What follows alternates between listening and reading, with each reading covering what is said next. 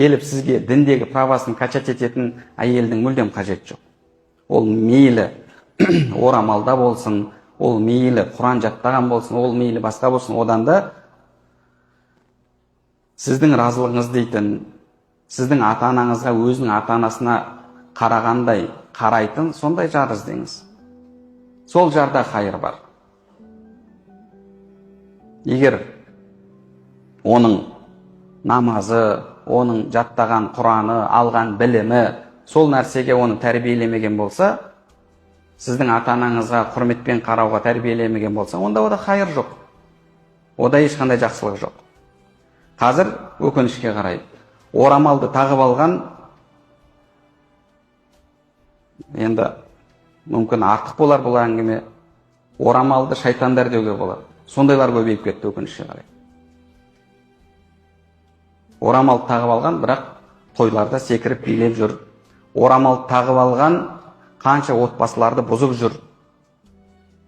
Неше түрлі өздерінің курстарымен, марафондарымен, басқаларымен әйелдерге үйретіп жатқан.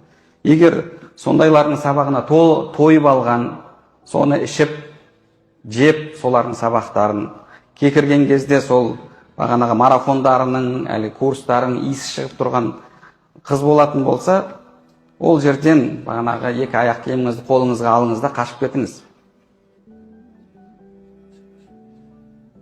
Неге? Өйткені олар нені үйретіп жатыр?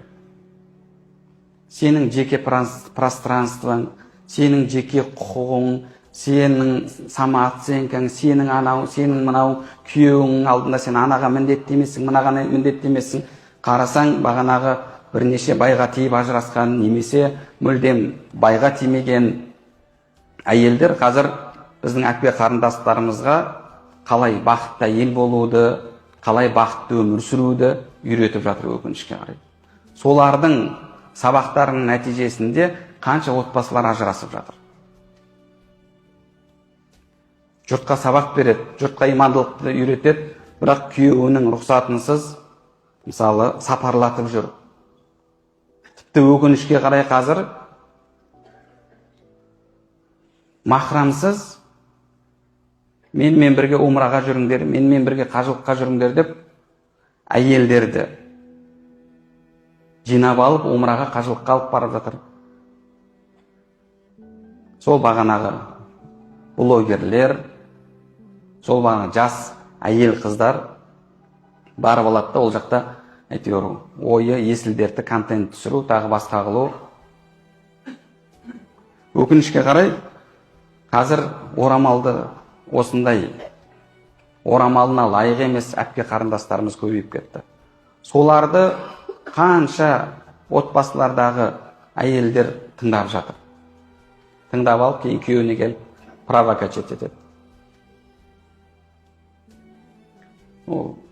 Шариғатта міндетті емес деген мәселе, ол бөлек мәселе. Бірақ біз Орта Азия халқы, біздің өзіміздің қалыптасқан менталитетіміз бар, түсінігіміз бар, салт-дәстүріміз бар.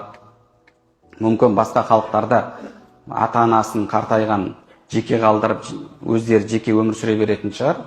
Бізде ол ата-анаға опасыздық болып табылады, ата-анаға құрметсіздік болып табылады. Сол үшін де сондай нәрселерді үйретіп жатқан, соны үйреніп алған, сізге сондай әңгіме қозғайтын әйел болса, ол әйелмен бас қосудың, шаңырақ көтерудің қажет жоқ. Орамалдамы, онда ол сол орамалына лайық болу керек. Ол Алла тағала үйреткен, исламды үйрететін әйел болу керек. Пайғамбарымыз саллаллаху алейхи вассалам не дейді? إذا صلت المرأة خمسها وصامت شهرها وأطاعت زوجها وحفظت فرجها. Егер әйел дейді 5 уақыт намазын оқыса, оразасын ұстаса, және күйеуіне бағынса, ар-намысын сақтаса, қила лаха, оған айтылады дейді, удхулил жанната мин айи бабин мин абуабил жаннати ши'ти. Қалаған есігінен жаннатқа кір деп айтылады дейді. Міне бұл жерде күйеуіне бағыну айтылып жатыр.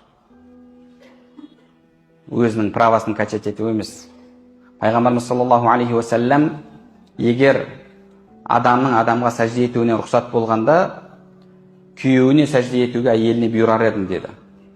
Осы бізге үйретіп жатқан ислам. Егер осы исламды Пайғамбарымыз саллаллаху алейхи уассаламның әйелге қатысты тағылымдарын қабылдайтын әйел болса, онда ол әйел сізге жақсы жары болады, бала шағаңызды дұрыс тәрбиелейді, сіздің ата-анаңызға жақсы мәміледе болады. Ата-анаңыздың разылығын іздейді. Және өзі бүгін қандай келін болса, ертең алдына Алла тағала сондай келін келтіретін ол біліп өмір сүреді. Сондай жар таңдаңыз. Сондай келін таңдаңыз. Балаңызға сол нәрсені үйретіңіз.